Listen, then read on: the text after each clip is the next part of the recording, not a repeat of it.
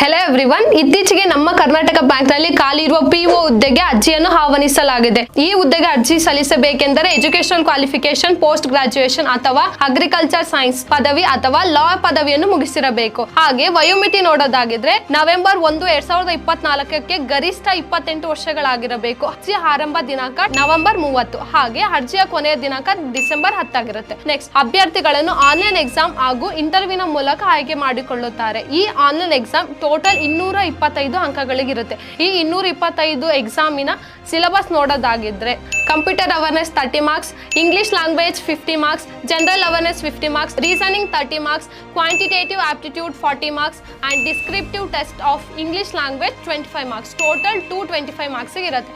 ಪ್ರತಿ ತಪ್ಪು ಉತ್ತರಕ್ಕೆ 1/4 ಭಾಗ ಅಂಕವನ್ನು ಕಳೆಯಲಾಗುತ್ತದೆ. So apply early to avoid server issue. Thank you and all the best for your exams.